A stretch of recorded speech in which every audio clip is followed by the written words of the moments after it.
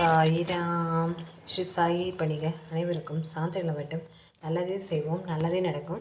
சாய்ராம். இன்னைக்கு விஷ்ணு சகசரநாமம் 64வது திருநாமம். பரஸ்மை மங்களாய நமக. ஏன் சனிக்கிழமைகளில் பெருமாள் கோவில்களில் கூட்டம் நிரம்பி வழிகிறது? சனிக்கிழமைக்கும் பெருமாளுக்கும் என்ன தொடர்பு? இதற்கான விடை பிரம்ம வைவர்த்த புராணத்தில் உள்ளது. சூரியனுக்கு சஞ்சனா, சாயா என்ற 2 மனைவிகள். சூரியனுக்கும் சஞ்சனாவுக்கும் பிறந்தவர்கள் யமதர்ம ராஜாவும் யமுனா நதியும். சாயாவுக்கு பிறந்தவர் சனீஸ்வரன். கண்ணபிரான் யமுனையில் உள்ள காளியனை அடக்கி யமுனா நதியை தூய்மையாக்கிய பின் அனைத்து தேவர்களும் யமுனையை போற்றத் தொடங்கினார்கள். கங்கையை விட புனிதமான நதி என அதை கொண்டாடினார்கள். அதை கண்ட சனீஸ்வரன் யமுனையிடம் வந்து, சகோதரியே, உன்னை மங்களமானவள் என எல்லோரும் கொண்டாடுகிறார்கள். ஆனால் என்னை முடவன் என்றும் அமங்கலமானவன் என்றும் கூறுகிறார்களே. உன்னைப்போல் நானும் மங்களகரமானவனாக வேண்டும் என்றால் என்ன செய்ய வேண்டும் என்று கேட்டார். அங்கே வந்த நாரதர், சனீஸ்வர, யமுனை கண்ணனின் திருவுள்ளத்தை மகிழ்வித்தாள். அதனால் மங்களகரமானவள் இருக்கிறாள். நீயும் கண்ணனின் திருவுள்ளத்தை உகப்பித்தால் மங்களமாகி விடுவாய் என்று கூறினார்.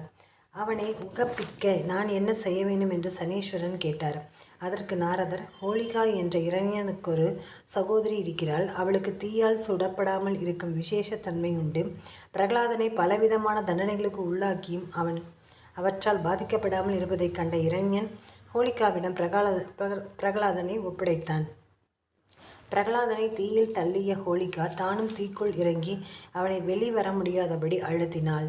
அப்போது நரசிம்ம பெருமாள் ஹோலிகாவின் பிடியிலிருந்து பிரகலாதனை காத்து வெளியே அழைத்து வந்தார். ஹோலிகாவிடமிருந்து நரசிம்மர் பிரகலாதனை காத்த நாளைத்தான் ஹோலி பண்டிகையாக மக்கள் கொண்டாடுகிறார்கள். அந்த ஹோலிகா பெண் என்பதால் நரசிம்மர் அவளை கொல்லாமல் விட்டுவிட்டார். இப்போது அவள் சகோதரனான இரண்யனை கொன்ற திருமாலை பழிவாங்க துடித்து கொண்டிருக்கிறார். திருமால் கண்ணனாக அவதாரம் செய்வதை அறிந்து கோகுலத்துக்கு அவள் வந்து விட்டாள்.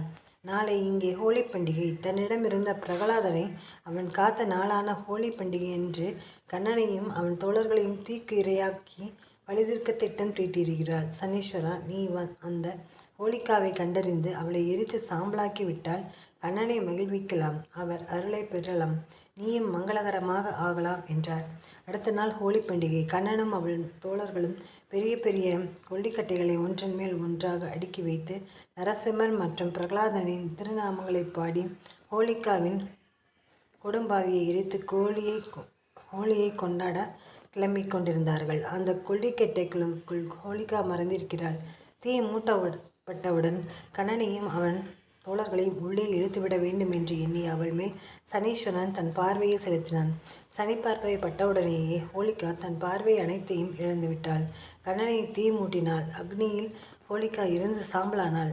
நாரதர் சனீஸ்வரனை கண்ணனிடம் அழைத்து சென்று நடந்தவற்றை விவரித்தார். அப்போது சனீஸ்வரனது தொண்டுக்கு மனம் உகந்த கண்ணன், சனீஸ்வரா, நீ இனிமேல் மங்களகரமானவனாக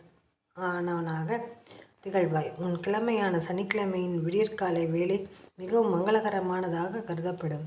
அந்நாளின் திதியோ நட்சத்திரமோ எதுவாக இருந்தாலும் சனிக்கிழமைகளில் விடியற்காலை பொழுது மங்களமானதவையாக கருதப்படும். 28வது கலியுகத்தில் நான் திருமலையில் மலையப்பனாக வந்து தோன்றுவேன். சனிக்கிழமைகளில் என்னை வந்து தரிசிக்கும் அடியார்கள் வேண்டும் வர்ணங்கள் அனைத்தையும் அருள்வேன் என்று வரவழைத்தான். அதனால்தான் சனி உசஸ் எனப்படும் சனிக்கிழமையின் விடியற்காலை வேலை மங்களகரமானதாகவும் அனைத்து சனிக்கிழமைகளும் பெருமாளுக்கு உகந்த நாட்களாகவும் விளங்குகின்றன. இவ்வாறு அமங்கலமானவனாக கருதப்பட்ட சனீஸ்வரனுக்கே மங்களத்தை தந்தமையால் திருமால் பரம மங்களம் என்றழைக்கப்படுகிறார். அதுவே விஷ்ணு சகசரநாமத்தின் 64வது திருநாமமாக விளங்குகிறது. பரஸ்மை மங்களாய நமக என்று தினமும் சொல்லி வருபவர்களுக்கு அனைத்து மங்களங்களையும் திருமால் அருள் புரிவார். ஓம் நமோ நாராயணாய. சர்வம் ஸ்ரீ கிருஷ்ணார்ப்பணம். ஜெய் சாய்ராம். சாயப்பாவின் திருவடிகளே சரணம்.